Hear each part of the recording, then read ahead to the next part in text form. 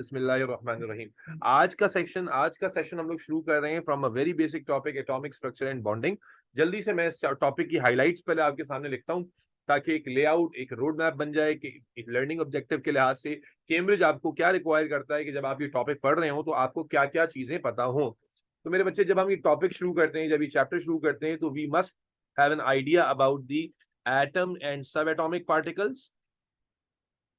इसकी learning objectives को हम एक जगह इसलिए लिखते हैं ताकि हमें पता हो रिवीजन के टाइम कि भाई हमने कोई चीज छोड़ तो नहीं दी है। एटम और सबएटॉमिक पार्टिकल, फिर हमें अंदाजा होना चाहिए प्रोटॉन नंबर और मास नंबर की टर्म्स का, फिर हमें अंदाजा होना चाहिए रिप्रेजेंटेशन ऑफ एटम का, then we must know deduction of number of proton, electron and neutron. चूंकि ये सब कुछ आपको आता है तो हम काफी तेजी से करेंगे। अगर किसी को फिर भी कंफ्यूजन हो तो भाई दरमियान में रोक के पूछें, कोई वही का निजाम नहीं है मेरे पास, ठीक है। आप इंटरफेयर करेंगे तो फिर मैं रुकूंगा, वरना आपको पता है फिर तेज से चले जाएंगे। उसके बाद आ जाएगा कॉन्सेप्ट ऑफ आइन एंड आइसोटोप। इसके बाद आ जाएगा electronic configuration.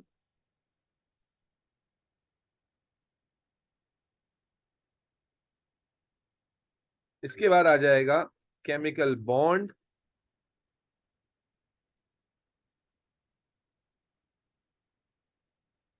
Types of bond with their properties.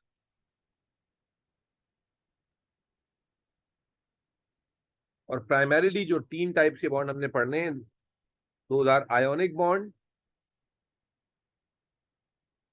Covalent bond and metallic bond.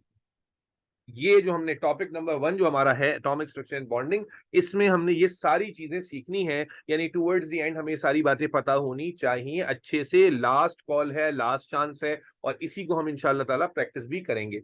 जल्दी से शुरू करते हैं। बिस्मिल्लाहिर्रहमानिर्रहीम। मेरे बच्चे, जब हम एटम की बात करते हैं तो we knew this from the day 1, जब हमने साइंस स्टार्ट की थी, नॉट ओनली केमिस्ट्री। जब हमने साइंस स्टार्ट की तब से हमें एक चीज पढ़ाई गई। एक मिनट, जरा बच्चों को ऐड कर लूं मैं। कुछ नए नाम भी मुझे नजर आ रहे हैं, नए नामों में ना कोई बदतमीज बच्चा ना आ जाए। चलिए, तो हमने जब केमिस्ट्री नहीं बल्कि साइंस स्टार्ट की तब हमें एक चीज पढ़ाई गई, मैटर। ठीक है ना, एक कॉन्सेप्ट पढ़ाया गया मैटर का, और एटम का कॉन्सेप्ट भी वहीं से आता है। तो मैटर क्या होता है सब बच्चों को मालूम है। जल्दी जल्दी लीजिए, क्योंकि पेपर 2 की प्रैक्टिस करें ना, लिख लिख के करेंगे। एनीथिंग दैट हैज, जी what is matter? Anything that has mass and occupy. बोलना पड़ेगा भाई, जो पता है वो बोलो, कॉन्फिडेंस आएगा।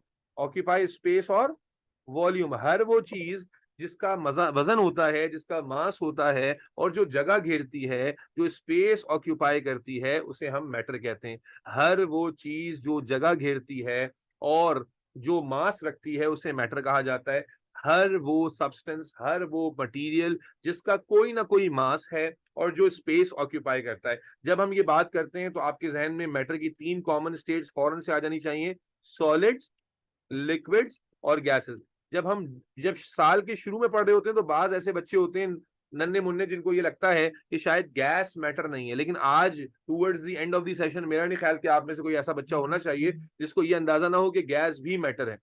क्यों गैस मैटर है भाई? क्योंकि गैस का भी मास होता है और गैस भी स्पेस ऑक्यूपाई करती है। क्या हमें ये अच्छे से पता है? बिल्कुल पता है। अगर गैस स्पेस ऑक्यूपाई नहीं करती होती तो जब गाड़ी में आप सीएनजी का सिलेंडर भरवाते हैं तो आप देखें उसमें किलोग्राम में जो है ना, वो यूनिट आ रहा होता है कि भाई इतने किलो भर गई है, इतने किलो। अगर मास नहीं होता गैस का तो सीएनजी का जो सिलेंडर है वो भर कैसे रहा है?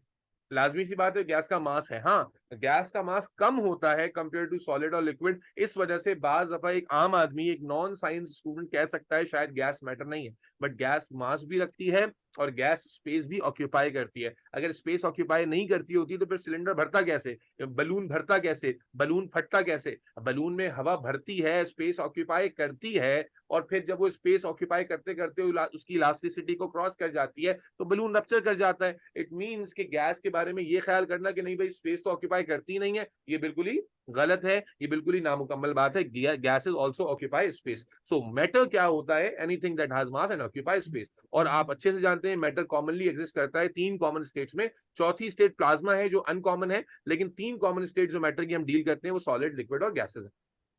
अच्छा देखो बेटा, ये बहुत गोल्डन चांस है तुम लोग का कॉन्फिडेंस बूस्ट करने के लिए, क्योंकि मुझे पता है कि तुम लोग को मैक्सिमम चीजें आती होंगी, तो मैं भी तेज बोलूंगा और तुम्हें भी बढ़ चढ़ के पार्टिसिपेट करना है। उससे तुम्हारा कॉन्फिडेंस छते फाड़ जाएगा आसमानों को कि चलो तुम्हें कुछ आ रहा है। ठीक है ना, बोलने से बहुत कुछ आता है, फजूल नहीं बोलना है लेकिन बोलना है। तो मैटर से हमने शुरू किया, एटॉमिक स्ट्रक्चर के कॉन्सेप्ट को, कि भाई मैटर पता होना चाहिए। अब केमिस्ट्री ने ही हमें सिखाया कि कोई भी चीज जो मैटर होगी ना, उसकी कॉम्पोजिशन, कोई भी चीज जो मैटर है उसकी कॉम्पोजिशन फिक्स्ड है। और उसकी कॉम्पोजिशन फिक्स किस चीज से? Every matter is compose of small tiny particle. Every matter is compose of small tiny particle called particles, atoms. Atom. जो वर्ड आया है एटमोस से, लेकिन अभी हम इंग्लिश में पढ़ रहे हैं, ग्रीक में नहीं पढ़ रहे, तो एटम ही कहेंगे। तो एटम का जो कॉन्सेप्ट पहली दफा पेश किया गया है वो क्या है? कि स्मॉलेस्ट पार्टिकल, स्मॉलेस्ट पार्टिकल, और पार्टिकल से बेहतर यूनिट है, वर्ड है smallest unit of matter. Smallest unit of matter, किसी भी मैटर का सबसे छोटा कंप्लीट यूनिट, उसे हम एटम के नाम से जानते हैं। यानी आप ऐसे इमेजिन करें कि जिस पेन से आप इस वक्त नोट डाउन कर रहे हैं, जिस कॉपी पे आप नोट डाउन कर रहे हैं, वो कॉपी एक मैटर है, वो पेपर एक मैटर है, और इस पेपर की कॉम्पोजिशन बहुत छोटे छोटे यूनिट से हुई है, और उन यूनिट्स को आप एटम के नाम से जानते हैं। एक बात मैं आपको पहले भी बता चुका हूं जब मैंने शुरू में पढ़ाया था, दोबारा भी बता देता हूं। क्या बेटा? याद रखिएगा कि कायनात में अल्लाह ताला ने दो चीजें बनाई हैं, सिर्फ मैटर नहीं है, मैटर और एनर्जी, ये दो एस्पेक्ट हैं यूनिवर्स के। मैटर वो है जिसका मास है और जो स्पेस ऑक्यूपाई करता है, जबकि एनर्जी वो है जिसका ना मास है ना जो ना स्पेस ऑक्यूपाई करती है। एनर्जी की स्टडी हम पर्टिकुलरली केमिस्ट्री की जगह फिजिक्स में कर रहे होते हैं। आप देखें फोर्स, मोमेंटम, इलेक्ट्रिकल एनर्जीज और सारी जो टर्म्स हैं, वर्क, पावर, एनर्जी, ये सब कुछ आप फिजिक्स में पढ़ते हैं। तो फिजिक्स बेसिकली डील करती है मेजरली डिस्कशन ऑफ एनर्जी से, लेकिन केमिस्ट्री में प्राइमरीली हम लोग मैटर के ऊपर डिस्कस करते हैं। तो खुलासा क्या हुआ कि हर चीज जो हमारी सराउंडिंग में है, या तो वो मैटर है या एनर्जी है। ज्यादातर चीजें जो आप देख रहे हैं, जैसे आप जिस कमरे में बैठे होंगे, उस कमरे में जो लाइट लगी हुई है वो बल्ब तो मैटर है, लेकिन उससे निकलने वाली एनर्जी जो है वो एनर्जी है। उससे निकलने वाली लाइट एनर्जी है, वो मैटर की डेफिनेशन में लाई नहीं करती, क्योंकि लाइट का कोई मास या नहीं होता, ना वो कोई स्पेस ऑक्यूपाई करती है। बहरहाल, तो इस वक्त हम मैटर की बात कर रहे हैं, तो हर वो चीज इसका मास है जो जगह घेर रही है वो मैटर है, और हर मैटर की कॉम्पोजिशन बहुत ही छोटे पार्टिकल पर है, जिसे हम एटम कहते हैं। इस एटम को डिस्कवर करने वाले जो लोग थे, उन्होंने एटम को स्मॉलेस्ट पार्टिकल ऑफ मैटर के कहकर जो है ना इंट्रोड्यूस किया। लेकिन आज हम जानते हैं कि एटम का जो यूनिट है, बेसिक यूनिट ऑफ एटम जो है, वो फर्दर कंसिस्ट करता है सब एटॉमिक पार्टिकल पर। हालांकि एक लंबी हिस्ट्री है जो आपके सिलेबस से बाहर है, लेकिन हम उस सारी हिस्ट्री को जंप करते हैं, स्किप करते हैं, और स्किप करके हम आ जाते हैं उस एटम के कॉन्सेप्ट पर, डायग्रामेटिक कॉन्सेप्ट पर, जो आज हमें मालूम है। आज हम क्या जानते हैं कि एटम जो होता है, आज का जो कॉन्सेप्ट है एटम के बारे में, वो कुछ यूं है, और आपकी किताब में बना हुआ भी है ये इस तरह का डायग्राम, कि एटम जो होता है वो इस तरह का एक छोटा सा यूनिट है जो हर मैटर में मौजूद है। एंड उस यूनिट के सेंटर में एक बहुत छोटी सी बॉडी है जिसे हम, yes please, Mass of atom. Nucleus, अरे भाई क्या हो गया, Nucleus. न्यूक्लियस कहते हैं। न्यूक्लियस। इस एक बात surrounding- बताएं, अगर एटम सबसे छोटा पार्टिकल है तो न्यूक्लियस भी तो होता है, नहीं नहीं मेरे बच्चे, इलेक्ट्रॉन प्रोटॉन्स होते हैं, तो फिर ये सब क्या हुआ है? अब तो राफे पहले सुन भी तो लिया करो ना, मैंने इसीलिए यहाँ पर लिखा है कंप्लीट यूनिट। देखो, न्यूक्लियस एक यूनिट नहीं है, न्यूक्लियस एटम के अंदर मौजूद एक सब एटॉमिक स्ट्रक्चर है। एटम के अंदर यूनिट से मुराद जैसे एक घर है। अब अगर मैं सिर्फ एक बाथरूम बना दूं तो क्या बाथरूम को घर कहूंगा? क्या नहीं कहूंगा ना। या मैं घर एक किचन बना दूं तो मैं क्या उसे एक कंप्लीट यूनिट कहूंगा? नहीं कहूंगा। मैं सिर्फ एक बेडरूम बना दूं, जब तक एक बेडरूम, एक ड्राइंग रूम, एक बाथरूम, एक किचन नहीं बनेगा, तब तक एक कंप्लीट यूनिट नहीं बनेगा। तो एटम सबसे छोटा कंप्लीट यूनिट है। मैंने इसीलिए वर्ड लिखा यूनिट का ब्रैकेट में, अगर आपको थोड़ा सा इग्नोर कर गए आप लगता है उस वर्ड को। और अब हम आ रहे हैं उस यूनिट के अंदर, मेरी बात समझ में आ गई? वालेकुम सलाम। उस यूनिट के अंदर आ गए हैं कि अब उस यूनिट के अंदर क्या है, एक कंप्लीट यूनिट जिसको हम एटम कह रहे हैं, उसकी फर्दर कॉम्पोजिशन आज हम जानते हैं कि सब एटॉमिक पार्टिकल्स पर है। तो उसको हम समझने जा रहे हैं कि एटम में कौन से दो पर, जैसे अब घर के अंदर घुस गए ना, घर तो है रहने के काबिल, लेकिन घर के अंदर जो है वो क्या है? तो घर के अंदर जनाब आली दो बेसिक स्ट्रक्चर हैं। पहला, सेंटर में एक बहुत छोटी सी बॉडी है जिसे आप न्यूक्लियस कहते हैं, and it is surrounded by you can see here कि ये सर्कुलर नहीं बनाए मैंने, आपकी बुक में भी बने हुए हैं, ये सर्कुलर पाथ्स नहीं है, दीज आर इलिप्टिकल पाथ्स। हम अपनी आसानी के लिए केमिस्ट्री में अपनी ईज के लिए इसे सर्कुलर ले लेते हैं, क्योंकि जब आप इलिप्टिकल लेंगे ना तो बहुत सारी टेक्निकलिटीज ऐड हो जाएंगी। वैसे एक्चुअल में पाथ जो एटम न्यूक्लियस के सराउंडिंग में है, हम वो फाइंड आउट कर चुके हैं कि these are not circular paths, these are elliptical. ठीक है, जैसे सन के अराउंड जो हमारा सोलर जो ऑर्बिट्स बने हुए हैं उस तरह से। तो बहरहाल इनको हम कहते क्या है, शेल्स या एनर्जी लेवल्स, शेल्स या एनर्जी लेवल्स। तो किसी भी एटम के बेसिक दो यूनिट हैं, नंबर 1 सेंट्रल बॉडी न्यूक्लियस, और नंबर 2 सराउंडिंग इलेक्ट्रिकल पाथ या सराउंडिंग अपनी ईज के लिए सर्कुलर पाथ, जिनको हम शेल्स या एनर्जी लेवल्स कहते हैं। अब इस एटम को अगर हम सिंप्लीफाई करके अपने सिलेबस के लिए आज से ड्रॉ कर लें तो फिर आपके पास न्यूक्लियस तो भाई वैसे ही आ जाता है टुन्ना मुन्ना सा, लेकिन उसकी सराउंडिंग में जो शेल्स हैं उन्हें हम अपनी ईज के लिए, जैसा कि मैंने बताया, कि हम उन्हें सर्कुलर कंसीडर कर लेते हैं, क्योंकि सर्कुलर कंसीडर करने में सबसे बड़ी जो ईज आती है वो क्या, कि डिस्टेंस जो होता है ना वो हर लिहाज से बराबर हो जाता है, हर तरफ से बराबर हो जाता है, रेडियस और बाकी कॉन्सेप्ट आ जाते हैं। तो आज आप जानते हैं कि एटम के सेंटर में एक बहुत छोटी सी बॉडी है जिसे न्यूक्लियस कहते हैं, और उसकी सराउंडिंग में सर्कुलर पाथ्स हैं जिन्हें शेल्स या ऑर्बिट्स कहते हैं। अब न्यूक्लियस के बारे में अजीब बात बताऊं आपको, कि ये तो खैर आपकी हिस्ट्री तो आपके सिलेबस का पार्ट ही नहीं है, लेकिन इंटरेस्टिंग फैक्ट बताऊं आपको कि एटम खुद बहुत छोटा है, बहुत छोटा पार्टिकल है, लेकिन एटम का न्यूक्लियस कितना छोटा है, एटम का न्यूक्लियस कितना छोटा है। देखो इसकी एग्जांपल बुक्स में ऐसी दी जाती है कि अगर एक बास्केटबॉल है ना, बास्केटबॉल, अगर बास्केटबॉल न्यूक्लियस है तो बास्केटबॉल कोर्ट जिसमें बास्केटबॉल खेला जाता है वो एटम का साइज है। यानी ये बात समझाने बताने का मकसद ये है कि आपको समझ में आए कि न्यूक्लियस एक बहुत छोटी सी बॉडी है, as compared to size of the atom nucleus एक बहुत ही छोटी सी बॉडी है।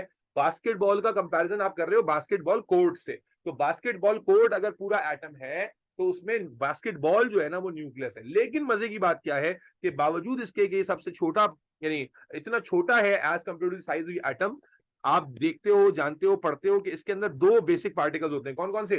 प्रोटॉन और प्रोटॉन न्यूट्रॉन। और ये न्यूट्रॉन दोनों बड़े हैवी पार्टिकल्स हैं, जबकि सराउंडिंग में जो शेल्स हैं इनमें क्या होता है, एक और पार्टिकल, कौन सा?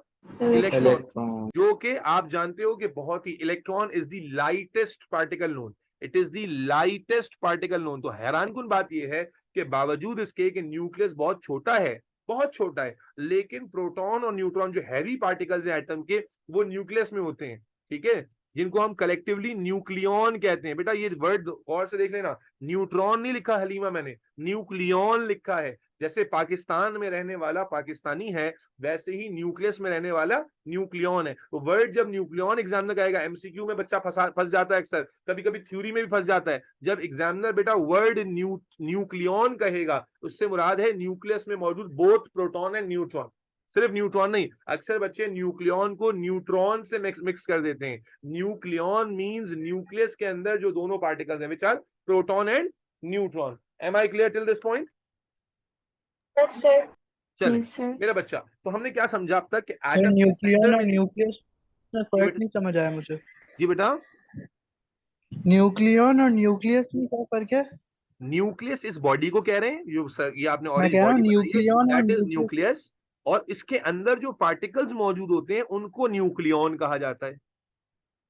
अब न्यूक्लियॉन कौन से हैं, जब ये सवाल पूछा जाएगा तो आप बताएंगे कि प्रोटॉन एंड न्यूट्रॉन।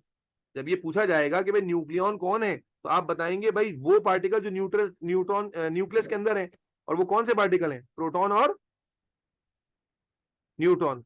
बात समझ में आ गई राफे को? दोबारा समझ लो मेरा बच्चा, एटम में न्यूक्लियस और यस सर, यस। शेल्स के अंदर मौजूद है इलेक्ट्रॉन, न्यूक्लियस के अंदर मौजूद है न्यूक्लियॉन्स। न्यूक्लियॉन्स में कितने टाइप के पार्टिकल है? दो, प्रोटॉन और neutron. Is that clear now? Yes sir. चलो, मजे की बात क्या बताई थी मैंने कि ये लाइटेस्ट पार्टिकल है और ये एटम के हैवी पार्टिकल्स हैं। इसीलिए अगर मैं ये बात बताता हूं तो इससे एक कॉन्सेप्ट ऑटोमेटिकली ड्राइव हो जाएगा, और वो क्या?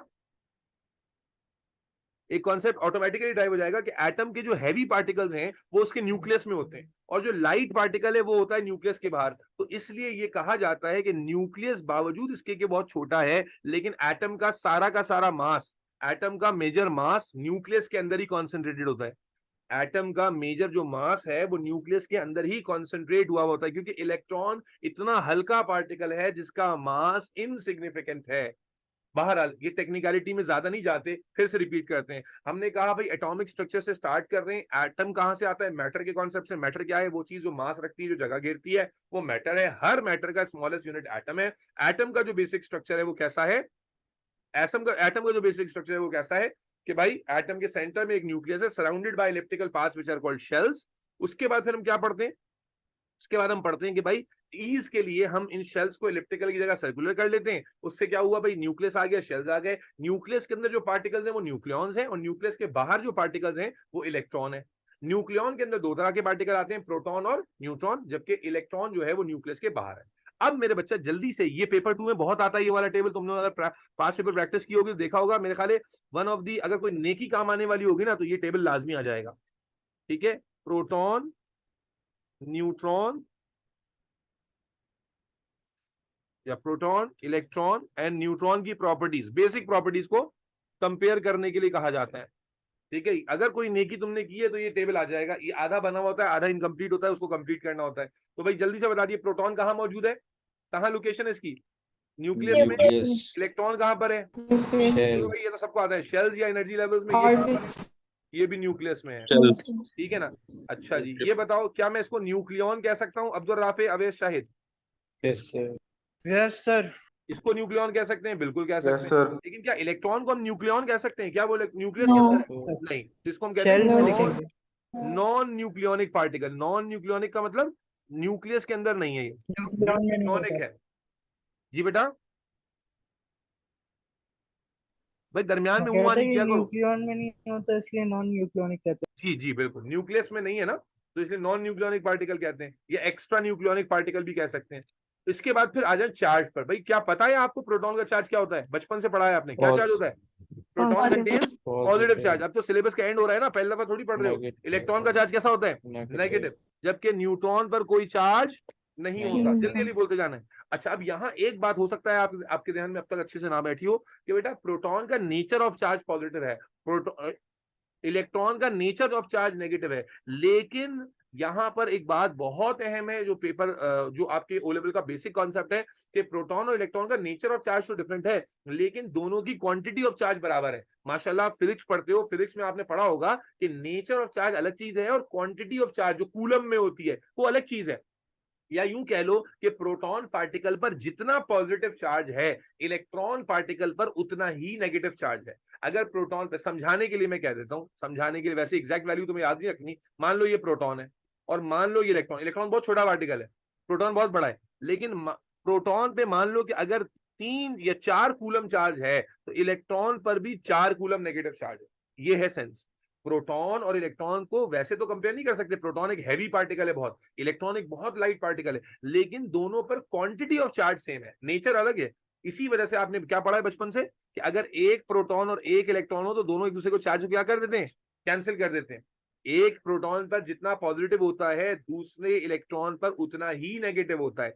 जिस बात से कंफ्यूज मत होना, क्या कहा मैंने? नेचर ऑफ चार्ज में एक पॉजिटिव नेगेटिव है, बट क्वांटिटी ऑफ चार्ज में दोनों बराबर हैं। क्वांटिटी ऑफ चार्ज यानी जितना प्रोटॉन पर पॉजिटिव है उतना ही इलेक्ट्रॉन पर नेगेटिव है। ये बात मैं यहां लिख तो नहीं रहा, लेकिन आपको पता होनी चाहिए कि इसी बुनियाद पर तो आप कहते हैं कि एटम न्यूट्रल है। अगर आप चाहें लिखना तो यहाँ साइड में ये डायग्राम बना के चीज नोट कर ले, ताकि जिंदगी में आगे याद रहे कि क्या मतलब प्रोटॉन का पॉजिटिव और इलेक्ट्रॉन का नेगेटिव नेचर में तो डिफरेंट है, लेकिन क्वांटिटी वाइज मेरे बच्चों ये दोनों बराबर हैं। मैंने डायग्राम से शो भी किया कि मान लो कि प्रोटॉन पे 4 प्लस है तो इलेक्ट्रॉन पे 4 माइनस है, जिसकी वजह से अगर दोनों को आमने सामने रखेंगे तो दोनों एक दूसरे के इफेक्ट को कैंसिल कर देंगे। ठीक है जी। उसके बाद आ जाते हैं, आप मास की बात करते हैं। क्वांटिटी में दोनों सेम है ना? जी बेटा, क्वांटिटी में सेम है ना? क्वांटिटी, जी जी मैंने यही तो कहा, क्वांटिटी ऑफ चार्ज सेम है, नेचर ऑफ चार्ज डिफरेंट है। अब आ जाओ बेटा मेरे बच्चा मास। अगर मास के एतबार से बात करें तो जैसा कि मैंने डायग्राम में दिखाया कि प्रोटॉन एक बहुत बड़ा पार्टिकल है, जबकि इलेक्ट्रॉन एक बहुत छोटा पार्टिकल है। तो आपने अपने सिलेबस में पढ़ा होगा कि प्रोटॉन का जो रिलेटिव मास है वो 1 होता है, और प्रोटॉन और न्यूट्रॉन जो दोनों प्रोटॉन और न्यूट्रॉन जो दोनों के दोनों कौन से हैं? न्यूक्लियोनिक पार्टिकल, दोनों का रिलेटिव मास बराबर है। प्रोटॉन और न्यूट्रॉन जो दोनों न्यूक्लियस में मौजूद हैं, दोनों का रिलेटिव मास बराबर होता है, जिसे हम 1 लेते हैं। जबकि इलेक्ट्रॉन चूंकि लाइटेस्ट पार्टिकल है, इसीलिए इसका मास 0.0005 या 1/18 1/1840 लिया जाता है। अब यहां जहन में रखिएगा, ये मैं बात जब भी सेशन के शुरू में पढ़ाता हूं तो बताता हूं कि बेटा ये एक्चुअल मास नहीं लिख रहे आप। ये जो 1 और ये जो 0.0005 लिखा है, these are not actual mass of proton, electron और neutron, these are relative atomic mass, these are relative atomic masses. और अगर आपको रिलेटिव एटॉमिक मास का डेफिनेशन याद हो तो रिलेटिव एटॉमिक मास क्या होता है? वो मास जो कंपेयर किया जाता है 1/12 पार्ट ऑफ कार्बन से। और मैंने अपने बच्चों को हमेशा शुरू में बताया कि 1/12 पार्ट ऑफ कार्बन बच्चा रट्टा लगाता है, असल में इसका मतलब है 1 प्रोटॉन। 1/12 पार्ट ऑफ कार्बन, जिनको नहीं पता या जिन्होंने पढ़ के भूल गए, जरा समझना कि relative atomic mass is not the actual मास। मैं समझा देता हूं जल्दी से एक छोटी सी एग्जांपल से। एग्जांपल क्या है मेरे बच्चे, समझा। देखो मिसाल के तौर पे नूर मोहम्मद है, नूर मोहम्मद का मास है 100 kg, ठीक है ना। नूर मोहम्मद का मास 100 kg है। और मिसाल के तौर पे बच्चा ले लेते हैं कोई मिकाल है, Mikaal let's suppose Mikaal 50 kg का है। तो ये 100 kg और 50 kg ये एक्चुअल मासेस है। लेकिन अगर मैं नूर साहब को या मिकाल को स्टैंडर्ड बना दूं, मैं मिकाल को स्टैंडर्ड बना दूं और मिकाल से कंपेयर करके नूर साहब का मास बताऊं, तो अब मेरी ये इन्फॉर्मेशन सुनना कि भाई नूर साहब का मास इज ट्वाइस ऑफ मिकाल्स मास। तो ये इन्फॉर्मेशन बिल्कुल ठीक होगी, हालांकि twice is not the actual mass, 2 is not the actual मास। लेकिन जब मैं मिकाल को स्टैंडर्ड बना के नूर साहब का मास बताऊंगा तो मैं क्या कहूंगा, नूर साहब का जो मास है वो ट्वाइस ऑफ मिकाल्स मास है। तो ये जो ट्वाइस आया ना, एक्चुअल फिगर तो 100 था, लेकिन जो ट्वाइस आया, this is called relative figure. ये क्या कहलाता है? रिलेटिव मास कहलाता है। ये बच्चों को कॉन्सेप्ट पता ही नहीं है, बस रट्टे लगाए जा रहे हैं। तो ये जो आप, हालांकि ये सबने पढ़ा है, मोल पूरा पढ़ के गुजरे हो। मोल में क्या पढ़ा है कि आप एटॉमिक मास थोड़ी पढ़ते हो, आप एक्चुअल एटॉमिक मास पढ़ ही नहीं रहे हो। आप कौन सा मास पढ़ रहे हो? AR पढ़ते हो ना, अरे बोलो ना यार, AR MR पढ़ा है ना। तो ये AR MR क्या था बेटा अथरूबा? ये एक्चुअल मासेस नहीं है अलिशबा, ये these are relative atomic masses. और रिलेटिव एटॉमिक मास, जैसा कि मैंने भी एक एग्जांपल में बताया कि ये कंपेयर करके बताने वाला मास है। तो हमने केमिस्ट्री में क्या किया है, हमने प्रोटॉन को ना गोल्ड स्टैंडर्ड सेट कर लिया है। हाँ, जितने भी मासेस हम बताते हैं वो प्रोटॉन से कंपेयर करके बताते हैं। क्यों? अच्छा सवाल ये आता है प्रोटॉन को क्यों गोल्ड स्टैंडर्ड बना दिया? तो मैंने ये बात शुरू सेशन में बताई है बेटा कि एटम में इलेक्ट्रॉन चेंज हो सकते हैं, एटम में न्यूट्रॉन भी चेंज हो सकते हैं। एटम का वाहिद पार्टिकल जो कभी चेंज नहीं होता वो प्रोटॉन है। इसीलिए पीरियोडिक टेबल की अरेंजमेंट भी प्रोटॉन की बेसिस पर है। और इसी तरह इसीलिए जो है ना, यहाँ पर भी रिलेटिव एटॉमिक मास के अंदर भी जो स्टैंडर्ड बनाया है हमने, ना वो प्रोटॉन ना वो न्यूट्रॉन को बनाया है, ना वो इलेक्ट्रॉन को बनाया है। हम इसी चैप्टर में पढ़ेंगे कि न्यूट्रॉन भी चेंज हो सकता है एटम में, इलेक्ट्रॉन भी चेंज हो सकता है, बट एटम में प्रोटॉन का नंबर कभी चेंज नहीं होता, इसलिए हमने गोल्ड स्टैंडर्ड प्रोटॉन को बनाया। और जितने भी मासेस आप केमिस्ट्री में आज तक पढ़ते आए हो वो सारे मासेस रिलेटिव है। और किससे रिलेटिव है? Relative to mass of proton है, relative to mass of proton. इसीलिए अब मेरी बात आपको बहुत अच्छे समझ में आएगी। जब हमने प्रोटॉन को प्रोटॉन के साथ कंपेयर किया, समझना, अब भाई यहां पर हम प्रोटॉन का मास लिखने जा रहे थे, तो इसको किससे कंपेयर करेंगे रिलेटिव मास बताने के लिए? प्रोटॉन को प्रोटॉन से। तो जब प्रोटॉन को प्रोटॉन से कंपेयर करोगे तो क्या रेशो 1:1 आ जाएगा? बोलो भाई। भाई जब प्रोटॉन, ये प्रोटॉन गोल्ड स्टैंडर्ड है, अब इस प्रोटॉन के साथ आप दूसरे प्रोटॉन को रखोगे दूसरे पलड़े में, तो क्या 1:1 का रेशो बैठेगा? इसीलिए आप देखते हो कि रिलेटिव एटॉमिक मास प्रोटॉन का कितना लिखा है हमने? 1। इसी तरह न्यूट्रॉन भी ऑलमोस्ट प्रोटॉन के मास के बराबर होता है। तो जब न्यूट्रॉन को भी प्रोटॉन के मास से कंपेयर करेंगे तो वो भी बना जाएगा। लेकिन इलेक्ट्रॉन चूंकि इंतहाई लाइटेस्ट पार्टिकल है, इलेक्ट्रॉन क्योंकि इंतहाई लाइटेस्ट पार्टिकल है, इसीलिए मेरे बच्चा इलेक्ट्रॉन को, भाई जैद को बोलो कि इंसान के बच्चों की तरह आएगा ना, मुगल आजम के नाम से आएगा, तो मैं ऐसे वाहियात नामों के साथ तो बच्चे को नहीं लूंगा।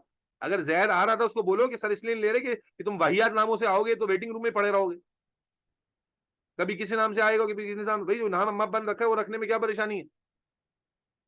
मुगल आजम लिखा हुआ आ रहा है मेरे पास, अब यहाँ मेरे को अनारकली तो होनी चाहिए, मैं मुगल आजम को लेता रहूं यहाँ पे।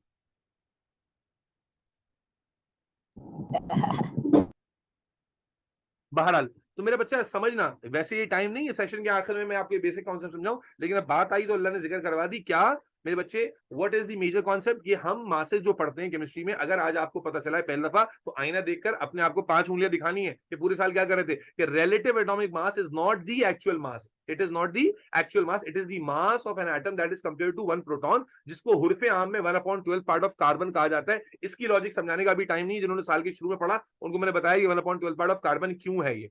बहरहाल, लेकिन मान लीजिए कि इसका मतलब 1 प्रोटॉन ही है और जितने मासेस भी हम बता रहे हैं वो 1 प्रोटॉन से कंपेयर करके बता रहे हैं। और ये इसीलिए जब आप प्रोटॉन के मास को प्रोटॉन के मास से कंपेयर करते हैं तो 1 आ जाता है। न्यूट्रॉन का मास भी लगभग बराबर ही है, इसलिए 1 आ जाता है। इलेक्ट्रॉन चूंकि बहुत छोटा है मास में, बहुत लाइटेस्ट पार्टिकल है, इसलिए इलेक्ट्रॉन को जब आप प्रोटॉन के सामने रखते हैं तो मास 1 नहीं बल्कि बहुत नीचे डेसिमल में आता है, विच इज 0.0005 और रफली 1/1840। तो ये बेसिक सा कंपैरिजन हुआ between the properties. Usually relative atomic mass of electron काफी पूछा जाता है, क्योंकि 1 वाला तो बच्चों को याद रहता है, इलेक्ट्रॉन वाला अक्सर जहन से निकल जाता है। तो इलेक्ट्रॉन लाइटेस्ट पार्टिकल है, इसका रिलेटिव मास 1 नहीं है। क्या यहां तक सबको बात समझ में आ गई है?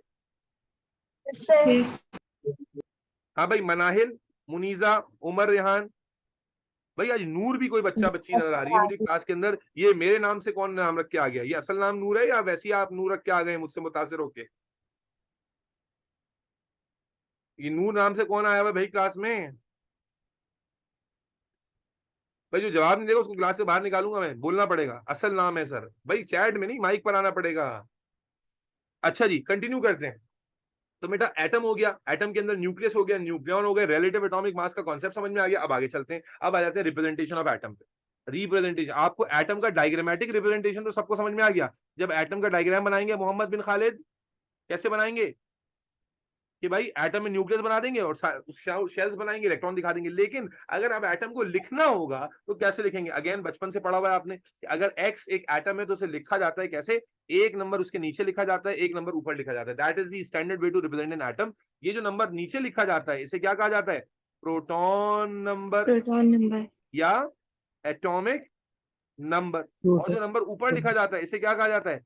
Atomic molecular mass. Nucleon number. मास या मास नंबर या Nucleon number. Nucleon number. बिल्कुल बेसिक बेसिक बातें हो रही हैं सारी। न्यूक्लियन नंबर, एटम को जब लिखा जाएगा तो कम से कम ये दो स्टैंडर्ड नंबर, एक नीचे एक ऊपर। स्टैंडर्ड यही है कि Z यानी एटॉमिक नंबर नीचे होगा और एटॉमिक मास या मास नंबर ऊपर होगा।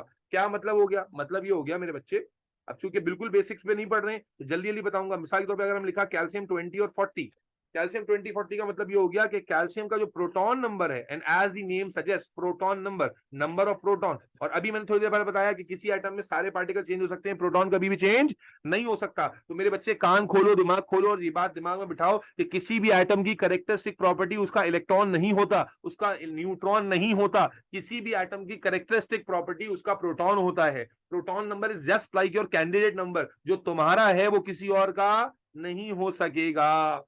प्रोटॉन नंबर कभी चेंज नहीं होता। कैसे पता चलता है हमें कि दो एटम एक जैसे हैं? प्रोटॉन सेम होंगे। कैसे पता चलता है कि दो एटम डिफरेंट है? प्रोटॉन डिफरेंट होंगे। इलेक्ट्रॉन सेम हो या डिफरेंट हो उससे फर्क नहीं पड़ता, न्यूट्रॉन सेम हो डिफरेंट हो फर्क नहीं पड़ता। ये दिमाग में भेजे में बिठा लो, क्योंकि एग्जामिनर जो जिस तरह का डेटा तुम्हें देगा XYZ करके, वहां पर तुम्हें मेरा जुमला काम आएगा बहुत ज्यादा कि बेटा an atom is identified by the number of proton. अगर दो X और Y स्पीशीज है, दोनों में प्रोटॉन बराबर है, बस याद रखो वो एटम सेम है।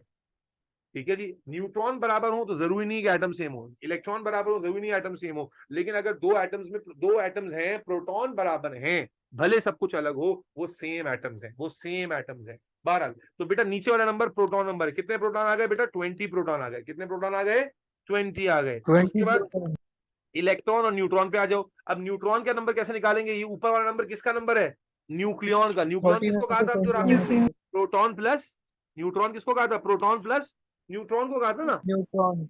अगर ऊपर वाला नंबर प्रोटॉन प्लस न्यूट्रॉन है और नीचे वाला नंबर प्रोटॉन है, तो अगर मैं दोनों को माइनस कर दूं तो क्या मिल जाएगा मुझे? Number of 20। न्यूट्रॉन मिल जाएगा। बोलो भाई। बस वैसे तो बुक में फॉर्मूला किया मैंने, बच्चों वाला फॉर्मूला क्या फॉर्मूला होता है? Z+N।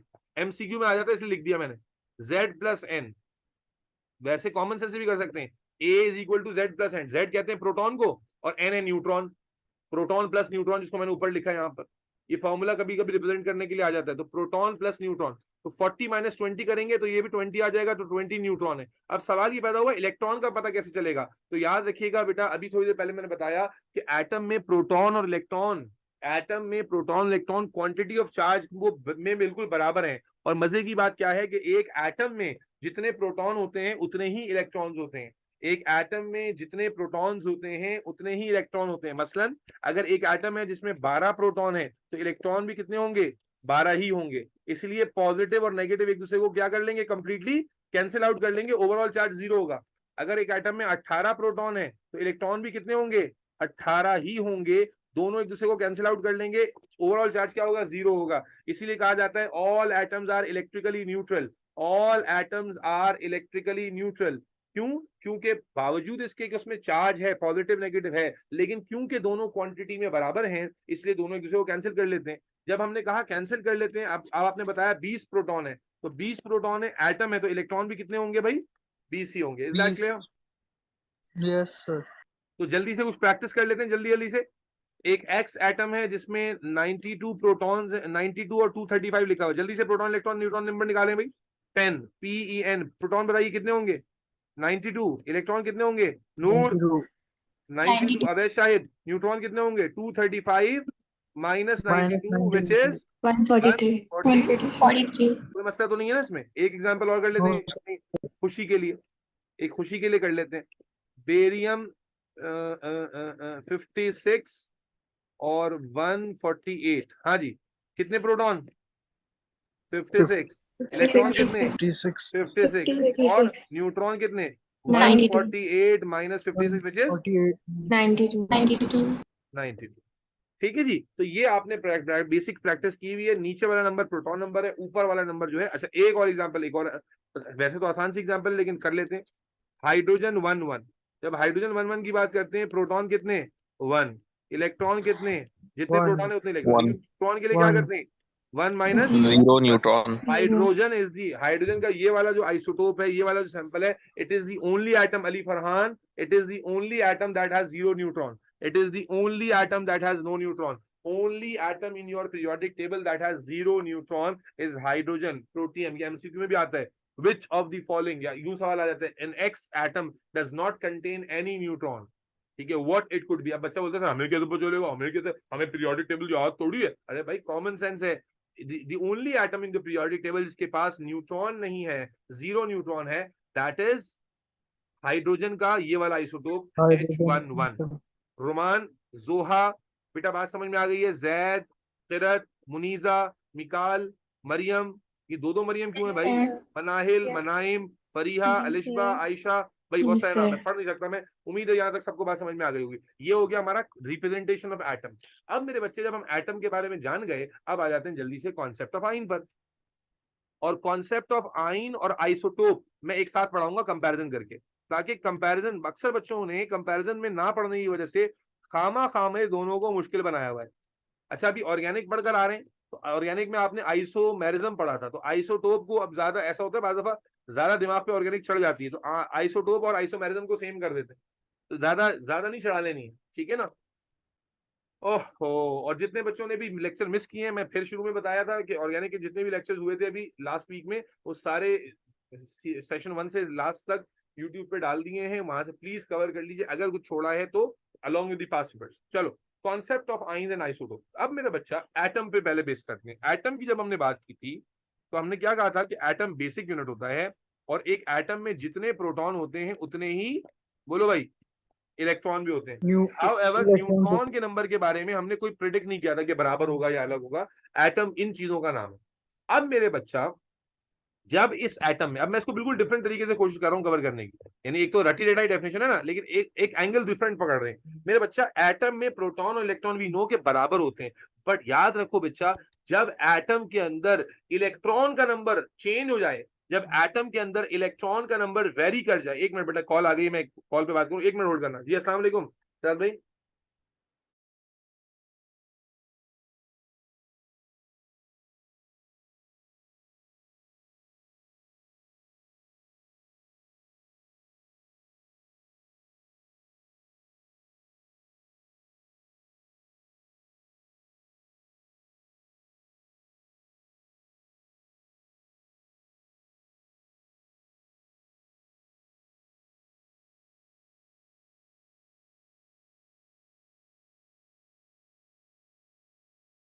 हेलो, आवाज, हेलो। सबर कर जाओ, फूले बात करना सर।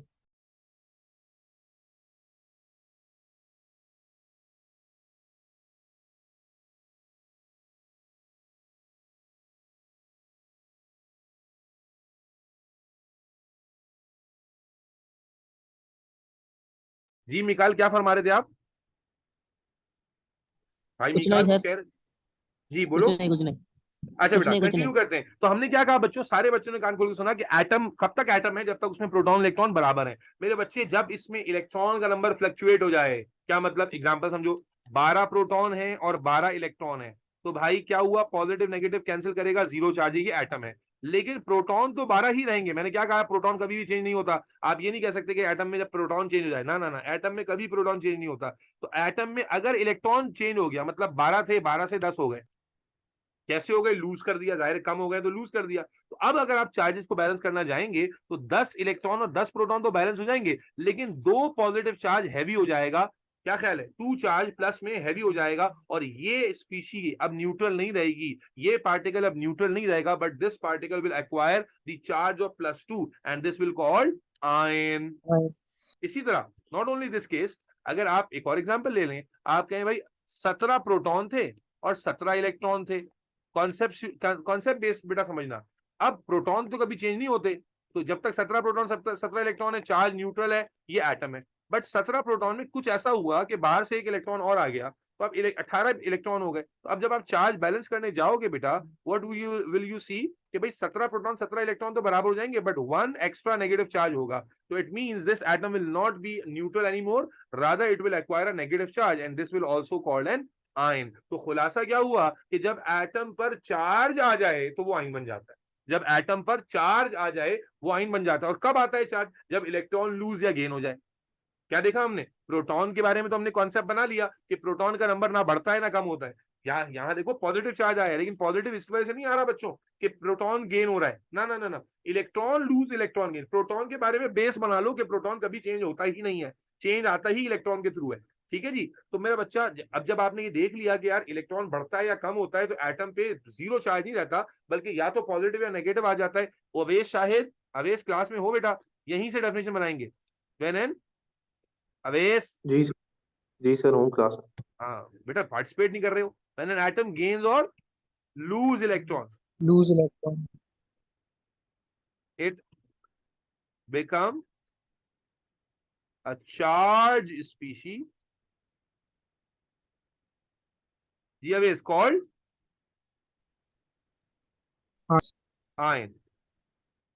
ठीक है, जब एटम इलेक्ट्रॉन लूज या गेन करता है तो वो एक चार्ज स्पीशी बन जाता है, जिसको हम आयन कहते हैं। और क्या हमें आयन के बारे में ये समझ में आया बच्चे ऊपर, रिदा, कि दो तरह का आयन हो सकता है, आयशा मनाइम दालिया, जारा, कि भाई charge Yes, sir. Positive ion भी हो सकता है और नेगेटिव आयन भी हो सकता है। पॉजिटिव कब होगा, जब इलेक्ट्रॉन लूज हो जाएगा, और नेगेटिव कब होगा, जब इलेक्ट्रॉन गेन हो जाएगा। भाई ध्यान में रखो कि इलेक्ट्रॉन के लॉस और गेन से हो रहा है, तो जब नेगेटिव लूज होगा तो पॉजिटिव हैवी हो जाएगा, और जब नेगेटिव गेन होगा तो नेगेटिव ही हैवी हो जाएगा। इसमें कंफ्यूज होने की जरूरत नहीं है। पॉजिटिव आयन को क्या कहते थे बच्चों, positive ion is called Catain. Cation and negative ion is called A9. Anion. अक्सर बच्चों को मैंने कैटाइन एनाइन में फंसते हुए देखा है, क्यों, वो कैथोड एनोड में मिला देते हैं उसको। याद रखो, when electron is cut down से कैट आइन, कैट आइन कट डाउन, कैट आइन, जब electron is cut off, cut down हो जाता है, निकल जाता है, लूज हो जाता है, अलग हो जाता है, then the ion which is form is cation and electron is a negative charge. ध्यान रखो, जब नेगेटिव निकलेगा तो कौन सा चार्ज हैवी हो जाएगा, पॉजिटिव। तो जब एटम, खुलासा क्या हुआ कि एटम में प्रोटॉन इलेक्ट्रॉन होते थे बराबर, ठीक है ना। अब उस एटम में अगर इलेक्ट्रॉन का नंबर हुआ फ्लक्चुएट, बढ़ा या कम हुआ, तो वो एटम न्यूट्रल नहीं रहेगा, बल्कि वो चार्ज एक्वायर कर लेगा। अली फरहान, फातिमा महमूद, लाइबा, बात समझ तो नहीं आ रही बेटा, मरियम, सही है, सही है।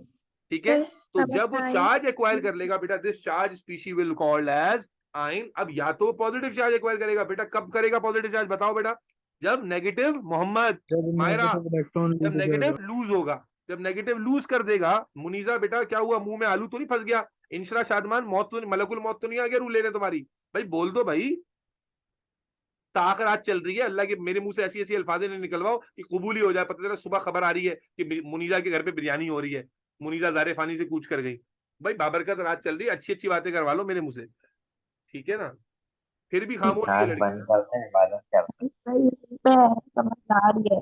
अच्छा आ गई ना, तो बेटा बस बढ़ चढ़ के बता दें। तो बेटा जब इलेक्ट्रॉन कम हो गया, नेगेटिव लूज हो गया, तो पॉजिटिव हैवी हो जाएगा, कैटाइन बन जाएगा। जब इलेक्ट्रॉन जो है वो गेन हो गया तो नेगेटिव हैवी हो जाएगा और एनाइन बन जाएगा। उम्मीद है यहां तक बात समझ में आ गई। खुलासा ये कि एटम में जब चार्ज आ जाए वो आयन बन जाता है, एटम में जब इलेक्ट्रॉन फ्लक्चुएट कर जाए वो आयन बन जाता है। अब आ जाओ दूसरे एस्पेक्ट पर जो आइसोटोप था। बेटा अब इसी एटम में क्या था, प्रोटॉन था, इलेक्ट्रॉन था जो बराबर थे और एक सर्टेन नंबर ऑफ न्यूट्रॉन था। मेरे बच्चा अब उस एटम में अगर न्यूट्रॉन को खारिज सूझ जाए, न्यूट्रॉन के नंबर में फ्लक्चुएशन आना शुरू हो जाए, तो अब वो स्पीशीज जो न्यूट्रॉन की फ्लक्चुएशन से प्रोड्यूस होगी उसे हम आइसोटोप कहेंगे। सिंपल है। एटम में प्रोटॉन कभी चेंज नहीं होता, इलेक्ट्रॉन चेंज हो जाए तो आयन बन जाता है और न्यूट्रॉन चेंज हो जाए तो आइसोटोप बन जाता है। क्या मतलब हुआ? मसलन हमारे पास एक बचपन से एक ही एग्जांपल पढ़ाई जा रही है, हाइड्रोजन 1 और 2 या 3 भी होता है इसके अलावा। क्या देखते हैं जरा, देखो उसमें प्रोटॉन कितने 1 है जी, इलेक्ट्रॉन कितने, जितने प्रोटॉन, क्योंकि चार्ज नहीं है बच्चों, जब चार्ज कोई भी नहीं होगा तो इसका मतलब क्या है कि प्रोटॉन इलेक्ट्रॉन का नंबर क्या है मिकाल, बराबर है नहीं है अब्दुल राफे? अगर चार्ज नहीं लगा हुआ इसका मतलब प्रोटॉन इलेक्ट्रॉन का नंबर बराबर है। अब न्यूट्रॉन जब निकालने जाते हैं रिदा तो हम क्या कहते हैं, 1 - 1 0, जबकि यहां पर जाओगे तो प्रोटॉन 1 कहेंगे, लाइबा इलेक्ट्रॉन भी क्या है 1 है, लेकिन न्यूट्रॉन को जब करेंगे तो 2 - 1 होगा, दैट इज 1। तो आपने क्या देखा कि आप देखो तो इसमें भी प्रोटॉन 1, इसमें भी प्रोटॉन 1, जब दोनों में प्रोटॉन 1 है, लाइबा अब्दुल्ला मोहम्मद, जब दोनों में प्रोटॉन 1 है, फरिया पराचा, तो इसका मतलब सेम एटम है अलग एटम है? बोलो Same.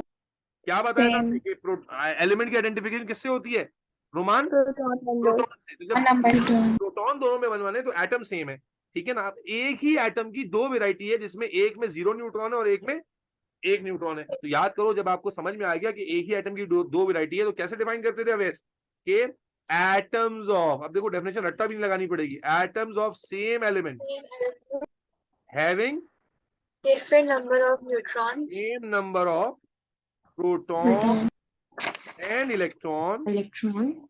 But- Different number of neutrons. Different number of neutron.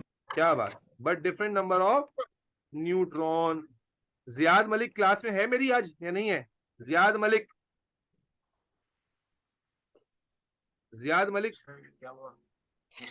Ziyad जानी, तुम्हें उस दिन भी मैंने कहा था लड़कों को क्या हो गया, हमारी क्लास के लड़कों को हो क्या गया है, ये लड़कियों की आवाज ही आ रही होती है। एक मिकाल थोड़ा बोलता था, आज पता नहीं इसको भी क्या हो गया है। और जियाद अब्दुल्ला अशफाक की इतनी भारी आवाज अल्लाह ने तुम्हें दी है, तुम क्या कबर में लेके जा रहे हो उस आवाज को? कुछ बोलो तो क्लास में, अल्लाह के वली। वो उमर रेहान कहाँ है, अमिताभ बच्चन का चाइना कॉपी, तुम्हारी आवाज क्यों निकल रही? उमर रेहान क्लास में नहीं है क्या? उमर रेहान आज अभी तो नजर आया था, ये रहा। उमर भाई क्या सो रहे हो? क्लास में कुछ आवाज तो निकाल लो अल्लाह के वली। ये गया भाई, यार ऊपर 2 - 1 क्यों किया है? ये 2 - 1 क्यों किया बेटा? क्योंकि ये 2 है और ये 1 है, अच्छा, देख के किया मैंने, कौन सा अपनी तरफ मर्जी से किया है। चलें मेरे बच्चे, तो क्या समझे, खुलासा क्या समझ में आया? समझ ही आना चाहिए आपको यहां तक कि मेरे बच्चे एटम एक बेसिक यूनिट है। अब उस एटम में इलेक्ट्रॉन का नंबर जब फ्लक्चुएट करता है तो उस पर चार्ज आ जाता है, ठीक है ना, और उस स्पीशीज को हम आयन कहते हैं। और जब एटम में न्यूट्रॉन का नंबर फ्लक्चुएट करे तो उससे हम उससे जो सैंपल्स बनते हैं उसे आइसोटोप कहते हैं। अब आओ एक ड्रिल करते हैं जल्दी से भाई, जल्दी से मुझे बताओगे तुम, 2 3 सवाल बताओगे, मैं पूछूंगा एटम है या आयन, तुम बताओगे एटम है या आयन है, और उसके बाद फिर उसमें प्रोटॉन इलेक्ट्रॉन न्यूट्रॉन के नंबर बताओगे, ठीक है? तो शुरू करते हैं। क्या पानी ठंडा करके रखते हो, भाभी से मंगवा लो यार, ठंडा पानी की प्यास कर दी बहुत टाइट। अच्छा बेटा ये बताओ मुझे, अगर मैं लिखता हूँ x 20, नहीं x नहीं, m 18 और 56, ये एटम है या आयन है? एटम है। कैसे बनेगा बेटा एटम? इस पर इसमें कोई चार्ज नहीं है। नहीं, सही है बच्चे, जब कोई चार्ज मेंशन नहीं इसका मतलब एटम है। अब एटम का प्रोटॉन इलेक्ट्रॉन न्यूट्रॉन बताओ कैसे बताएंगे? प्रोटॉन कितने भाई बोलो? 18, 18, इलेक्ट्रॉन कितने? 18. न्यूट्रॉन कैसे 18 बताओगे? 56 56 माइनस minus 18. 18 कितना हो जाएगा? 38, 28, 38. 38, 38। 30. चलो अच्छा, व्हाट अबाउट दिस? नहीं,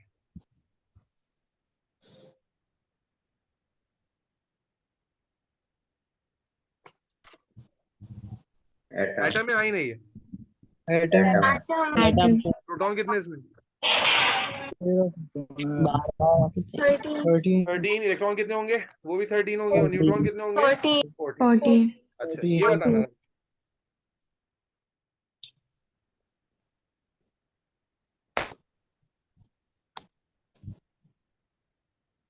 ये एटम है आयन है? Atom. प्रोटॉन कितने? Atom. 13. इलेक्ट्रॉन भी?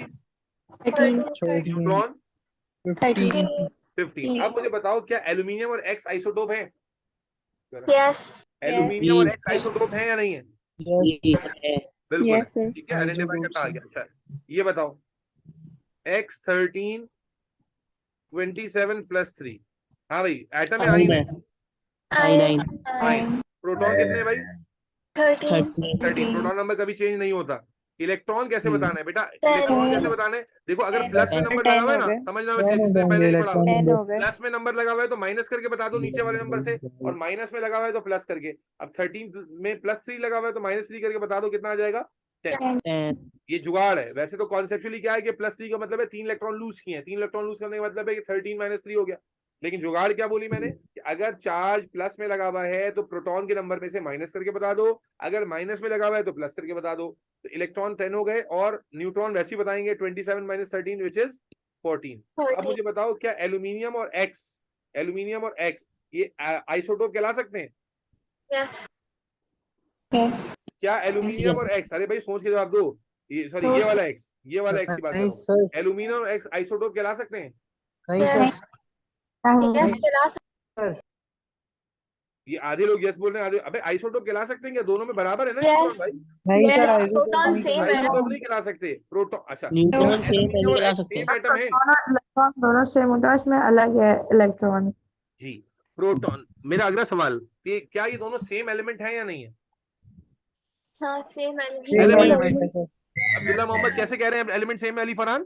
क्योंकि प्रोटॉन का नंबर बराबर है, और ये मैंने आपको बताया कि जब तक प्रोटॉन का नंबर सेम हो तब तक एलिमेंट सेम ही है। क्या है डिफरेंस दोनों में? इलेक्ट्रॉन के नंबर में डिफरेंस है, और इलेक्ट्रॉन के नंबर में जब डिफरेंस आ जाता है तो क्या होते हैं? और एक एटम आयन।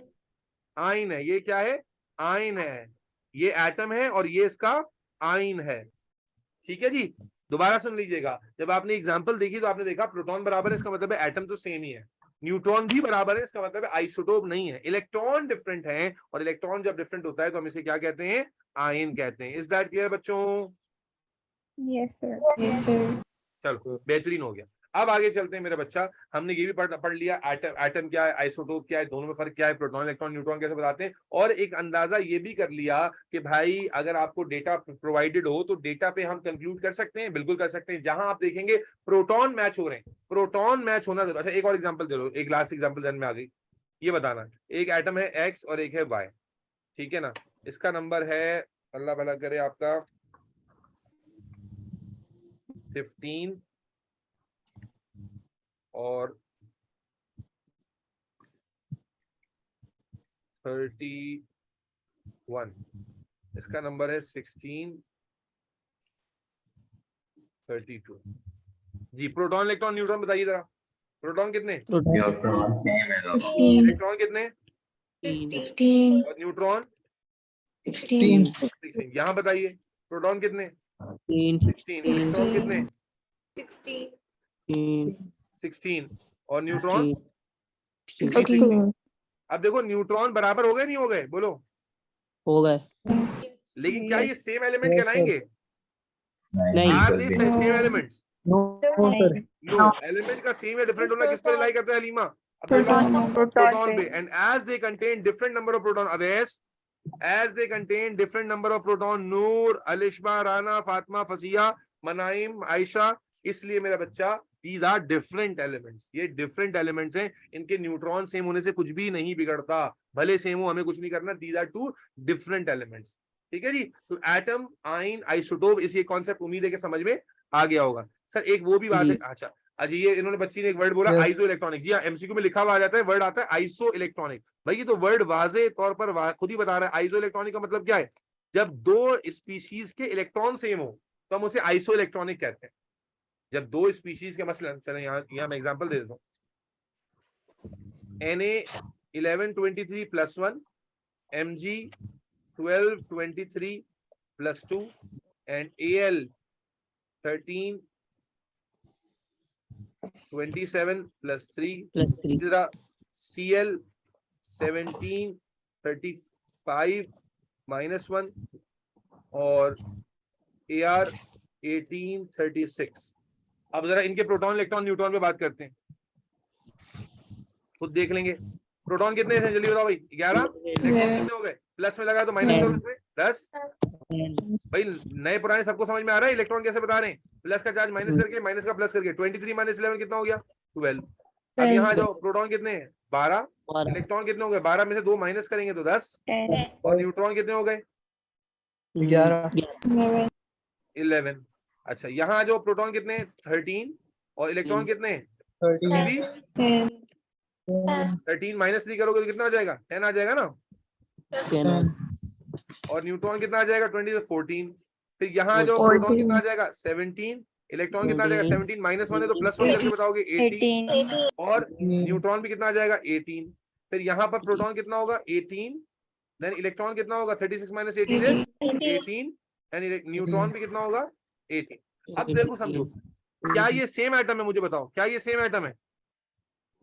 नहीं Obviously not। लेकिन क्या इन तीनों में इलेक्ट्रॉन सेम है? बेटा ऐसे स्पीशीज में इलेक्ट्रॉन सेम, उनको आइसो इलेक्ट्रॉनिक कहते हैं। तो these 3 are isoelectronic to each other, जबकि these 2 are isoelectronic to each other. Yes और नो? सर फिर बताएं आइसो इलेक्ट्रॉनिक क्या है? जी बेटा अली जोर से बोलो। आइसो इलेक्ट्रॉनिक क्या है फिर बताएं आप।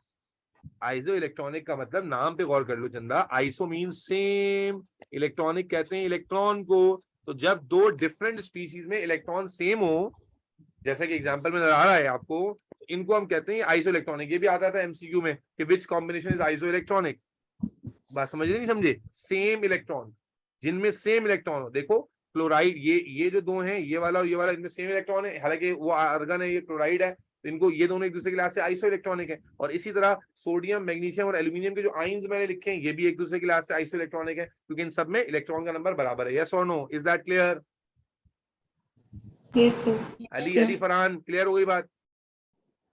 हाँ समझ गया। चलो अब आ जाओ बेटा इस अगले टॉपिक पर, जो हमने रिप्रेजेंटेशन भी सीख ली, एटम आइन आइसोटोप भी सीख लिया, डिडक्शन भी सीख ली, उसकी कॉम्प्लिकेशन भी सीख ली, आइडेंटिफिकेशन भी सीख ली, आइसो इलेक्ट्रॉनिक का भी वर्ड आ गया। अब आ जाते हैं इलेक्ट्रॉनिक कॉन्फ़िगरेशन। इलेक्ट्रॉनिक कॉन्फ़िगरेशन बेटा, इलेक्ट्रॉनिक कॉन्फ़िगरेशन किसे कहते हैं? आप जानते हो कि न्यूक्लियस की सराउंडिंग में एक नहीं बल्कि मल्टीपल शेल्स हैं। न्यूक्लियस इरेदा, इलेक्ट्रॉन्स की सराउंडिंग, न्यूक्लियस की सराउंडिंग में क्या है? एक शेल तो नहीं है ना, मल्टीपल शेल्स हैं। और अगर आप शेल्स की ड्राइंग करते हो बच्चे, तो आपको ये भी नजर आता है, अंधे अगर आप नहीं हो, अल्लाह की से ये उम्मीद है कि नहीं होंगे, तो आपको नजर आता है कि as we move away from the nucleus, जो साइज ऑफ द शेल है वो भी सेम नहीं है, वो भी बड़ा हो रहा होता है, वो भी बढ़ रहा होता है। और इन शेल्स में आते हैं क्या? इलेक्ट्रॉन्स। तो मेरे बच्चे, इलेक्ट्रॉन्स को इन शेल्स में फिल करने को हम इलेक्ट्रॉनिक कॉन्फ़िगरेशन कहते हैं। जाहिर है जो पहला शेल है वो छोटा है, उसमें कम इलेक्ट्रॉन आएंगे। जो उससे बड़ा वाला शेल है वो और बड़ा है, उसमें ज्यादा इलेक्ट्रॉन आएंगे। उससे बड़े वाले में और आएंगे, उससे बड़े वाले में और आएंगे। और इसीलिए आप इसको पढ़ते हैं, कितने क्या क्या पढ़ते हैं भाई? के में कितने शेल आते हैं? पहला शेल क्या कहलाता है? के शेल, इसको कहते हैं, इसमें 2 इलेक्ट्रॉन आते हैं। दूसरा शेल क्या कहलाता है? एल शेल, उसमें 8 इलेक्ट्रॉन आते हैं। तीसरा शेल क्या कहलाता है? अरे भाई पढ़ा हुआ है ना, एम शेल, क्या कितने इलेक्ट्रॉन आते हैं इसमें? 18। और एन शेल में कितने आते हैं? 32। इससे आप फॉर्मूले से निकाल सकते हैं। तो formula is 2n square. 2n square से आप पता लगा सकते हैं। अच्छा, बहुत सारे बच्चों को जब मैंने पहली दफा पढ़ाया था तो आपने बताया था कि स्कूल में आपने पढ़ा था कि हर शेल में, पहले शेल में 2 आते हैं, बाकी सब में 8 आते हैं। तो बहरहाल इसको मैं तफसील से समझा चुका हूँ कि ऐसा नहीं होता। हमारे सिलेबस में ऐसा हमें क्यों नजर आ रहा है? क्योंकि हमारे सिलेबस में कॉन्फ़िगरेशन ही 20 तक है। 20 से ऊपर जाएंगे तो ये जो 8 वाली बात है ना, ये उड़ जाएगी। लेकिन 20, और जब आप ए लेवल्स में जाएंगे तो आप ऊपर वाली कॉन्फ़िगरेशन पढ़ेंगे तो ये आप, और मैंने लॉजिकली भी समझाया था कि भाई जब शेल का साइज सेम नहीं है तो अकोमोडेटिंग कैपेसिटी सेम कैसे होगी? एक घर छोटा है, उसमें कम लोग आएंगे, बड़ा होता जाएगा तो लोगों की कैपेसिटी भी बढ़ती जाएगी उसके अंदर। तो ये तो कोई इसमें ढकी छुपी बात नहीं है। लेकिन बस ये कि आसानी के लिए वो लेवल्स में 8 वाली बात पढ़ा देते हैं, क्योंकि वो 18 तक फॉलो होती है, 18 तक फॉलो होती है, और 20 से ऊपर वो फॉलो नहीं होगी। 20 से ऊपर जाएंगे तो फिर आपको इलेक्ट्रॉन 8 के ऊपर भी डालने पड़ेंगे, लेकिन वो आपके सिलेबस में नहीं है, इसलिए जनाब वो 8 वाली बात से भी गुजारा हो जाता है। लेकिन कैपेसिटी जब एमसीक्यू में आएगी तो याद रखिए कैपेसिटी इज 2, 8, 18 एंड 32। तो capacity can be found out by using this formula 2n square. मिसाल के तौर पे मैं जानना चाहता हूँ पांचवा शेल, अगर पांचवा शेल हो तो कितने इलेक्ट्रॉन आएंगे, तो n की जगह मैं 5 ले लूंगा, 5 का स्क्वायर कितना होगा 25, 25 टू द 50। तो पांचवा शेल अगर एग्जिस्ट करेगा तो उसमें कितने शेल्स आ जाएंगे, कितने इलेक्ट्रॉन आ जाएंगे, बोलो भाई 50 इलेक्ट्रॉन आ जाएंगे। अरे भाई बोलते क्यों नहीं हो, पांचवें शेल्स में कितने इलेक्ट्रॉन आ जाएंगे अगर पांचवा शेल एग्जिस्ट करेगा, बोलो भाई 50 इलेक्ट्रॉन आ जाएंगे। ठीक है, तो ये कैपेसिटी है, और कैपेसिटी एमसीक्यू में बार दफा पूछ ली जाती है कि the third shell maximum can contain how many. अब वहां 8 लिख के आ जाएंगे गधे की तरह, क्योंकि 8 का रट्टा लगा हुआ है। तो कैपेसिटी पर जब सवाल आएगा अब अली फरहान, तो कैपेसिटी मैंने लॉजिकली समझाया कि as we move from away from the nucleus, तो बेटा शेल का साइज चेंज होता है, तो डेफिनेटली इलेक्ट्रॉन कैपेसिटी भी चेंज होगी, और हम देख रहे हैं कि कैपेसिटी बढ़ती चली जाती है। आपके सिलेबस में जो कॉन्फ़िगरेशन है बेटा वो 1 से लेकर यानी 1 इलेक्ट्रॉन से लेकर कहां तक है, 20 इलेक्ट्रॉन्स तक है। और आप सब ने स्कूल में की हुई, मैं जल्दी से कर देता हूं। हाँ भाई, 1 इलेक्ट्रॉन डालना है तो कौन से शेल में जाएगा, जल्दी से बता दो। पहले शेल में। तो क्या लिखेंगे, k इज इक्वल टू 1 भी लिख सकते हैं या सिंपल 1 भी लिख सकते हैं, एक ही बात है। अगर 2 इलेक्ट्रॉन हो गए जी, 1 में जाएंगे, दोनों किसमें जाएंगे बोलो, k इज इक्वल टू 2 भी लिख सकते हैं, सिर्फ 2 भी लिख सकते हैं, अंडरस्टूड है। पहले k में जा रहे हैं, उसके बाद आ जाओ 3 इलेक्ट्रॉन। अब 3 इलेक्ट्रॉन से क्या गेम होगी जी, पहले 2 किसमें जाएंगे, k शेल में, फर्स्ट शेल फिल हो गया बिकॉज फर्स्ट शेल की कैपेसिटी 2 ही थी। ठीक है, अब दूसरे 2 किसमें जाएंगे, दूसरा एक बच गया वो किसमें जाएगा, l में। तो this is k is equal to 2, l is equal to 1 और सिंपली 2, 1। इसी तरह अब रैंडम अगर मैं लिखूं, अगर मिसाल के तौर पे 7 इलेक्ट्रॉन डालने, तो भाई बताइएगा पहले किसमें जाएंगे, k में 2, फिर l में 5, इसको क्या लिखेंगे 2, 5। इसी तरह अगर मैं रैंडमली आपसे कहता हूं कि मुझे बताइए भाई 16 इलेक्ट्रॉन्स डालने, कैसे डालोगे भाई, बोलो, अरे बोलो भाई, k is equal to 2, l is equal to 8, l भी भर गया, अब बाकी कहां चले जाएंगे, m में, m इज इक्वल टू 6, या इसको सिंपली कैसे लिख सकते हैं 2, 8, 6। अंडरस्टूड है कि पहले 2 k में हैं, दूसरे 8 जो है वो l में है, और आखिरी जो है वो m में है। इसी तरह अगर हम 18 इलेक्ट्रॉन्स डालना चाहते हैं जी भाई, लाइबा बोलना पड़ेगा बेटा, k में कितने चले जाएंगे 2, l में 8 और m में भी 8, या इसको क्या लिखते हैं 2, 8, 8। उसके बाद 19 और 20 19th एंड 20th में क्या करते हैं बेटा, तो वहां पर क्या होता है, वहां पर आपको आपके सिलेबस में पढ़ाए जाते हैं कि भाई k में 2 जाएंगे, l में 2 8 जाएंगे, फिर एग्जामिनर मिस पढ़ाती है कि m में 8 जाएंगे और फिर n में 2 जाएंगे। तो बेटा m में 8 जा रहे हैं ये तो ठीक है, लेकिन ये कहना कि m कंप्लीट हो गया है ठीक नहीं, क्योंकि m आप जानते हैं अभी कंप्लीट नहीं हुआ, m में कैपेसिटी कितनी है 18 है। और ये बात मैं जब शुरू में पढ़ाया तो मैंने बता चुका हूं कि अगर आप 21वां इलेक्ट्रॉन भरेंगे तो वो वापस m में आएगा। लेकिन इस बहस में अगर आप पढ़ना चाहें मैं आपको दोबारा बता देता हूं कि बेटा 20 तक तो यहाँ तक है, ये यहाँ तो अप्लाई हो जाता है जिसके आपने पढ़ लिया कि 8 इलेक्ट्रॉन आता है, लेकिन अभी m शेल कंप्लीट नहीं हुआ है, m में 18 की कैपेसिटी है, और 21st इलेक्ट्रॉन बिल फर्ज अगर आप डालते तो ये मेरी बात पे भरोसा कर लीजिएगा, बाकी अगले साल आप पढ़ भी लेंगे अगर ए लेवल में केमिस्ट्री ली। अगर 21 भर रहे होते ना तो ये कॉन्फ़िगरेशन ये होती, k is equal to 2, l is equal to 8, m is equal to 8 डाला, फिर n में 2 डाला, ये 20 हो गए, फिर आखिर में 21st इलेक्ट्रॉन वापस m में जाता।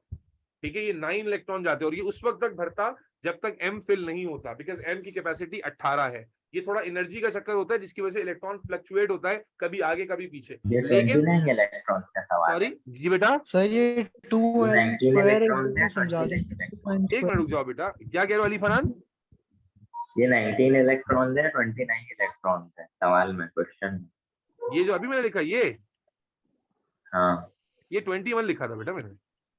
अच्छा 21, ठीक है ठीक है ना, तो मैंने कहा कि 21 आपके सिलेबस में नहीं है, 21 से आगे तो आप ये चीज इनकाउंटर नहीं करते, और आपको यूं पढ़ाया जाता है कि 8 आ गए कंप्लीट हो गया, तो 8 आ गए तो ठीक है, लेकिन कंप्लीट नहीं हुआ, कंप्लीट उस वक्त होगा जब 18 पूरे होंगे। तो आपको 20 तक ही याद रखना है। तो 20 की कॉन्फ़िगरेशन कैसे होती है, k is equal to 2, l is equal to 8, m is equal to 8 और n इज इक्वल टू 2, और यहाँ पर होती है 1।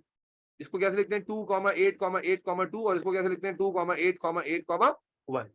Is that clear? अच्छा भाई, ये कोई पूछ रहा है 2n स्क्वायर, भाई क्या साबुन स्लो चल रहा है, अभी इतना आगे चला गया तो 2n स्क्वायर पूछ रहे हो। 2n स्क्वायर वो फॉर्मूला है जिसके थ्रू आप किसी शेल की जो इलेक्ट्रॉन कैपेसिटी है कि कितने इलेक्ट्रॉन इसमें अकोमोडेट हो सकते हैं वो निकाल सकते हैं। मैंने निकाल के दिखाया कि अगर मिसाल के तौर पे आपको पांचवें शेल का पता नहीं करना, पता करना है थर्ड शेल की कैपेसिटी कितनी है, विच इज एम शेल, तो आप क्या करोगे, 3 का स्क्वायर ले लोगे। 3 का स्क्वायर कितना होता है, 9, 2 9 18, तो हमें पता चल गया कि थर्ड शेल में कैपेसिटी कितनी है, 18 इलेक्ट्रॉन्स की। तो this is the formula used to calculate the electron accommodating capacity.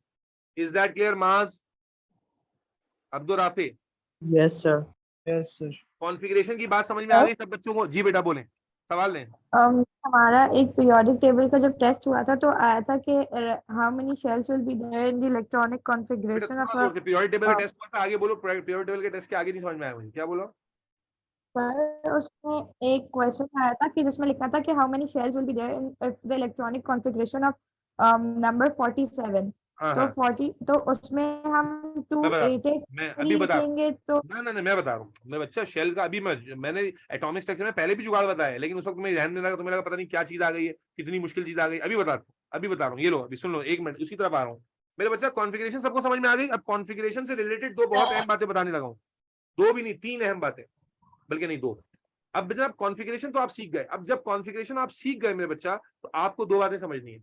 एक ये कि जब हम ये कॉन्फ़िगरेशन लिखते हैं, मिसाल के तौर पर हमने लिखा 2,8,1, ठीक है ना, कितने इलेक्ट्रॉन भरे हमने, ये 11। मेरे बच्चा इस कॉन्फ़िगरेशन में 2 बातें सीखनी है। एक तो ये वैलेंस शेल यानी लास्ट शेल जो है उसमें जितने इलेक्ट्रॉन आते हैं वो ग्रुप नंबर होता है, पीरियोडिक टेबल का ग्रुप नंबर होता है वो। क्या मतलब, ये जो एटम आप देख रहे हैं 281 वाला, पीरियोडिक टेबल में ये कौन से ग्रुप में होगा, ग्रुप नंबर 1 में होगा। जाके देखेंगे तो ये ग्रुप नंबर 1 में होगा। जैसे सोडियम, ये ग्रुप नंबर 1 में है। क्या कहा मैंने, लास्ट जो इलेक्ट्रॉन होते हैं रिदा और रिदा की दोस्तें 2,7 कौन से ग्रुप में है भाई, ये बताओ कैसे देखना है। लास्ट शेल, ली लाइबा, अब्दुल्ला, फसीहा, क्या देखना है Group बेटा, 5। माज, मनाई, मिना, अवेश शाहिद, लास्ट शेल में जितने इलेक्ट्रॉन है, आखिरी शेल में जितने इलेक्ट्रॉन है वो ग्रुप नंबर है। तो this element belongs to, yes please, group 7। अच्छा 7। इसी तरह अगर मैं लिखता हूँ 2,8,8,2, तो this element belongs to, yes please, group 2 group 2। इसी तरह अगर मैं लिखता हूँ 2,5, तो this element belong to group 5 5।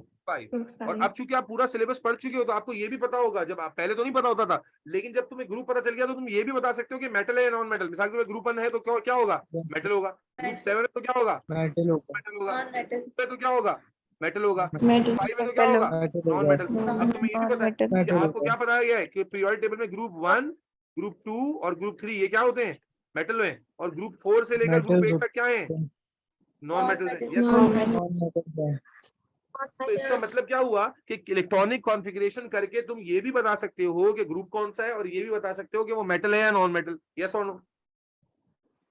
Yes sir. इतनी बात समझ में आई या नहीं आई? Yes sir.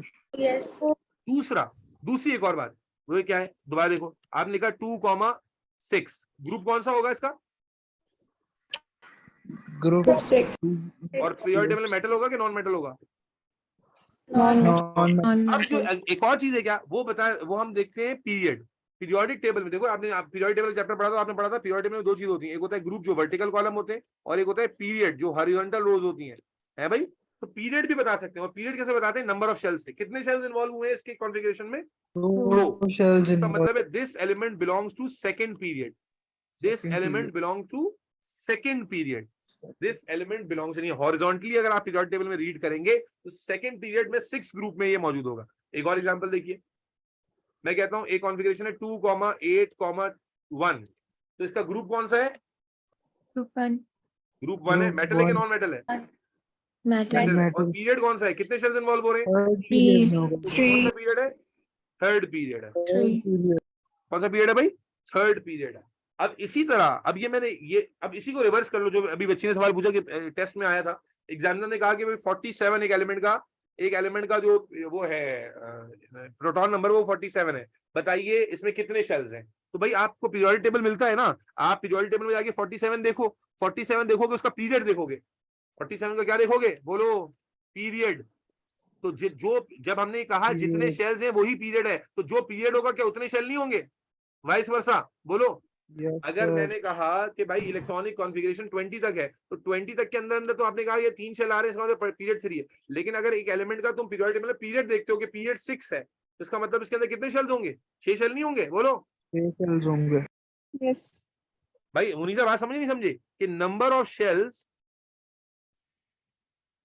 जी सर, आ रही समझ।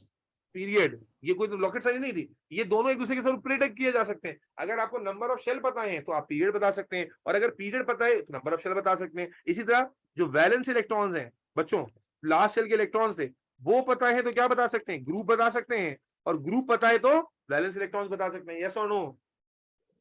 Yes.